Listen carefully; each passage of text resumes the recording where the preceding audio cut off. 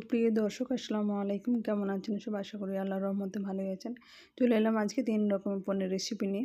এর জন্য প্রথমে আমি নিয়েছি নিরামিষ, পেঁয়াজ রসুন ছাড়াই কিন্তু আজকে পণ্যের রেসিপি তৈরি করে নেব। এর জন্য প্রথমে আমি ওভেনে একটা ফ্রাই প্যান বসে ফ্রাই প্যানটা ভালোভাবে গরম করে এখানে সরিষার তেল দিয়ে দিলাম। আর এখানে অল্প পরিমাণে গোটা জিরে, এটা কয়েক সেকেন্ড ভেজে নেওয়ার পরে এখন দিয়ে দিচ্ছি এখানে 1 চামচ পোস্ত বাটা আর 10-12টার মতো কাজু আমি এটাকে ভিজিয়ে রেখে পিষে নিয়েছি। এখন সেটা দিয়ে দিলাম। এখানে অল্প পরিমাণে বাটিগুলো ধুয়ে জল দিয়ে এটা কষে নেবো, যেহেতু এটা ঘন খুব লেগে যাওয়ার সম্ভাবনা থাকে, তাই অল্প পরিমাণে জল দিয়ে এটা কষতে থাকবো। আর দিয়ে দিচ্ছি এটা কালার হওয়ার জন্য কাশ্মীর লঙ্কার গুঁড়ো, অল্প পরিমাণে হলুদ গুঁড়ো, যেহেতু পনিরের তরকারিতে এখানে হলুদ বেশি লাগে না, জাস্ট একটু কালার হওয়ার জন্য এটা দিচ্ছি। আর মশলাটা কষার জন্য অল্প পরিমাণে লবণ দিয়ে ভালোভাবে কষে নিলাম। দেখে বুঝতে পারছেন মশলাটাতে তেল ছাড়তে শুরু করেছে। এরকম অবস্থায় দিয়ে দিলাম 1/2 চামচ জিরা গুঁড়ো, 1/2 চামচ ধনে গুঁড়ো, সামান্য পরিমাণে গোলমরিচ গুঁড়ো, কাঁচা লঙ্কা বাটা অল্প পরিমাণে। এখানে চাইলে আপনার শুকনো লঙ্কার গুঁড়ো ব্যবহার করতে পারেন। আমি কাঁচা লঙ্কা খাই বলে কাঁচা লঙ্কার গুঁড়ো ব্যবহার করেছি, কাঁচা লঙ্কা বাটা। এখন মশলাটা ভালোভাবে কষা হয়ে গেছে, সব দিক থেকে তেল ছাড়তে শুরু করেছে। এখন এখানে 2টো কাঁচা লঙ্কা অর্ধেক করে চিড়ে দিয়ে দিলাম। আর এখানে নিয়েছি মটরশুঁটি। এখন শীতকালীন মটরশুঁটি অ্যাভেলেবেল পাওয়া যায়, 1 কাপ আমি মটরশুঁটি দিয়ে দিলাম। এখন মশলাটার সঙ্গে ভালোভাবে কষতে থাকবো। এখানে ঢাকা দিয়ে মিডিয়াম ফ্লেম করে আমি মশলাটা নেড়ে চেড়ে কষে নেব মোটামুটি 4 থেকে 5 মিনিট মতো। ততক্ষণ মটরশুঁটি সেদ্ধ হয়ে যাবে। 3 থেকে 4 মিনিট পরে ঢাকনা উঠে আমি পনিরটা দিয়ে দিয়েছি, তখন ভিডিওটা দেওয়া হয়নি, ওটা স্কিপ হয়ে গেছে। এখন 1 চামচ ধনেপাতা কুচানো দিয়ে আমি এটা আবার ঢাকনা দিয়ে রেখে দেবো 2 থেকে 3 মিনিটের জন্য। খুব সহজ এরকমভাবে তৈরি হয়ে যাবে নিরামিষ মটর পনির রেসিপি। এরকমভাবে রুটি, পরোটা, ভাত, পোলাও যে কোনো কিছুর সঙ্গে এরকম পনিরের নিরামিষ তরকারিটা কিন্তু খেতে দুর্দান্ত হয়। আপনারা রান্না করবেন আর কমেন্ট বক্সে অবশ্যই কমেন্ট করবেন।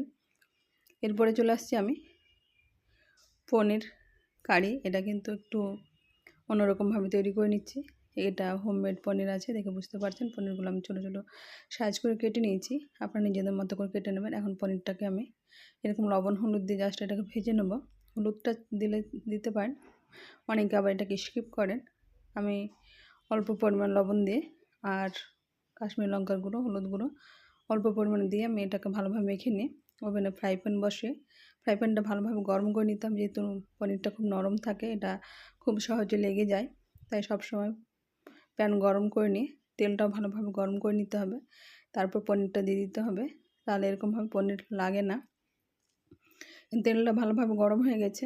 এখন পনিরগুলো হালকা করে আমি মিডিয়াম ফ্লেম করে নিয়ে ভেজে নেব। এটা খুব তাড়াতাড়ি ভাজা হয়ে যায়, কালার চলে আসে। আমি উল্টে পাল্টে এরকমভাবে ভেজে নিলাম। অন্যদিকে ওভেনে একটা কড়াই বসে পনিরগুলো এরকমভাবে উঠিয়ে নেব। অন্যদিকে কড়াই বসিয়ে কড়াই ভালোভাবে গরম করে নিয়ে এখানে দিয়ে দিলাম সরিষার তেল।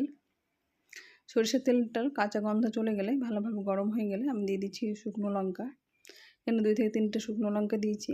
শুকনো লঙ্কাটা ভাজা হয়ে গেলে দিয়ে দিচ্ছি তেজপাতা, গোটা জিরে, এলাচ, 3টে এলাচ নিয়েছি। এলাচগুলোকে আমি ফাটিয়ে দিয়েছি। এখানে এরকমভাবে ফাটিয়ে দিলে কিন্তু ফ্লেভারটা খুব সুন্দর আসে। এখন আঁচটা একেবারে কমিয়ে দিয়ে গোটা জিরে দিয়ে এটা কয়েক সেকেন্ড ভেজে নেব, যাতে মশলাটা না পুড়ে সে খেয়ালটা রাখতে হবে। তেলটা বেশি গরম হয়ে গেলে তখন হিটটা একেবারে কমিয়ে দিতে হবে।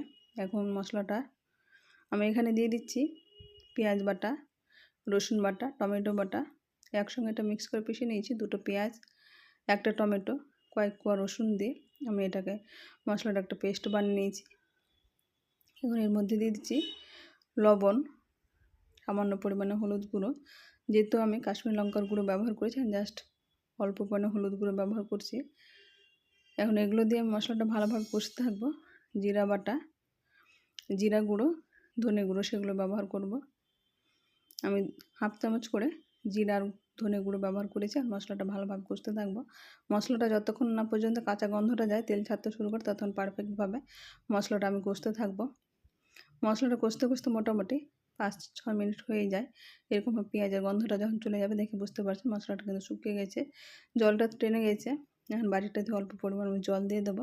এখানে পারফেক্টভাবে কিন্তু অল্প তেলেই খুব সহজে এরকম পারফেক্ট পনির তৈরি করে নিতে পারবেন। এবং এখানে নিয়েছি আমি 2 চামচ মতো টক দই। টক দইটা কিন্তু জল ঝরানো আছে, এরকম অবস্থায় আমি দিয়ে দিলাম। দইটাকে ভালোভাবে ফেটিয়ে নিয়ে দইটা ফেটিয়ে দিতে হবে লবণ দিয়ে, তাহলে এখানে অনেক সময় রান্না করার সময় বলে ফেটে যায়। আর ফ্লেমটা কিন্তু তখন একেবারে কমিয়ে দিতে হবে, তাহলে কিন্তু দইটা কেটে যাওয়ার সম্ভাবনা থাকে না। দুটো স্টেপ মনে রাখলেই কিন্তু দই দেওয়ার পরে তরকারির টেস্ট কিন্তু ভালো হয়। 1 নম্বর আঁচ একেবারে কমিয়ে দিতে হবে আর লবণ দিয়ে দইটাকে ফেটে নিতে হবে। এখন মশলাটা পারফেক্টভাবে কষা হয়ে গেছে। এখন এখানে 1 কাপ মতো আমি জল দিয়ে দেবো, যেহেতু পনিরের মধ্যে এখানে বেশি জলের প্রয়োজন হয় না। 1 কাপ জল দিয়ে আমি এটা ফুটতে দেবো। এখানে অল্প পরিমাণে যেহেতু টক দই দেওয়া আছে, তাই আমি অল্প পরিমাণে লবণ চিনি দিয়ে দিলাম। এখানে চিনিটা চাইলে আপনারা স্কিপও করতে পারেন। আর ধনেপাতা কুচানো উপরে দিয়ে এটা ঢাকনা দিয়ে ফুটতে দেবো। এখানে দিয়েছি কাশ্মীরি মেথি, এটা গুঁড়ো করে নিয়ে দিয়ে দিতে পারেন, কিংবা ভেজেও, এটা অনেক সময় এটা নেতিয়ে যায়, সেটা ভেজে নিয়েও এটা গুঁড়ো করে দিতে পারেন। এখন ফুটে গেছে সবগুলোই ঝোল, আমি পনিরটা দিয়ে ঢাকা দিয়ে রেখে দেবো। 3 থেকে 4 মিনিট মিডিয়াম ফ্লেম করে নিয়ে এরকম খুব সহজে তৈরি হয়ে গেছে। ঢাকনা নামিয়ে আমি লবণটা টেস্ট করে নিই, অল্প পরিমাণ হচ্ছে লবণ প্রয়োজন আছে, তাই অল্প পরিমাণ লবণ দিয়ে দিলাম। এখন ঢাকনা এরকমভাবে কড়াইটা নেড়ে চেড়ে ঝোলটা মাখা মাখা হয়ে গেছে, এরকম অবস্থা আমি ওভেন বন্ধ করে দেবো। এটাও খুব সহজেই পনিরের রেসিপি তৈরি হয়ে গেল। এরপরে চলে আসছি আমি পনির দিয়ে দো পেঁয়াজা। আমরা রেস্টুরেন্টে অনেক কিছু খেয়ে থাকি, কিন্তু একটু রান্নার স্টাইল ভিন্ন রকমের করে এটা আবার তৈরি করে নেওয়া যায়। এখানে নিয়েছি আমি সেকেন্ড যে স্টেপে রান্না করেছি সেটাই কিন্তু এখানে পোস্ত আর চারমগজ এটা দিয়ে আমি রান্না করেছি। এখানে কাজু নিয়েছি 10-12টা মতো, এগুলোকে আমি 1 ঘন্টা আগে ভিজিয়ে রেখেছি। এখন এগুলো সবগুলো পিষে নেব। এখানে মিক্সিং জারে আগে থেকে আমি বেরেস্তা করে রেখেছি, সেই বেরেস্তাগুলোকে একটা মিক্সিং জারের মধ্যে নিয়ে নিয়েছি। আর নিচ্ছি একটা টমেটো, এটা ছোটো ছোটো টুকরো করে কেটে নিয়েছি, এটা ব্লেন্ডার জারে ভালোভাবে ব্লেন্ড করে নেব। এখানে যে জলের প্রয়োজন হবে, যেহেতু টমেটো আছে, টমেটোর মধ্যে জল অনেকটাই বেড়ে যায়, তাই ভালোভাবে পিষা হয়ে যায়। অন্যদিকে ওভেনে একটা কড়াই বসে, কড়াইটা ভালোভাবে গরম করে নিয়ে এখানে সাদা তেল দিয়ে আমি এটা রান্না করে নিচ্ছি। তেলটা যখন গরম হয়ে গেছে 1 চামচ অল্প পরিমাণে আমি গোটা জিরে দিয়ে দিলাম, আর 2টো তেজপাতা অর্ধেক করে। এর মধ্যে ফ্লেভারটা যখন বেরিয়ে গেছে, এখানে আমি দিয়ে দিলাম যে আমি ভাজা মশলাটা রেডি করেছিলাম, সেই মশলাটা এখন দিয়ে দিলাম। আর এদিকে পোস্ত, চারমগজ, কাজু সেগুলো পেস্ট করে রেখেছিলাম, সেগুলো এর মধ্যে দিয়ে দিলাম। এখন দিয়ে এটা ভালোভাবে কষতে থাকবে। এর মধ্যে দিয়ে দিচ্ছি লবণ, হলুদ গুঁড়ো, জিরা ধনে গুঁড়ো,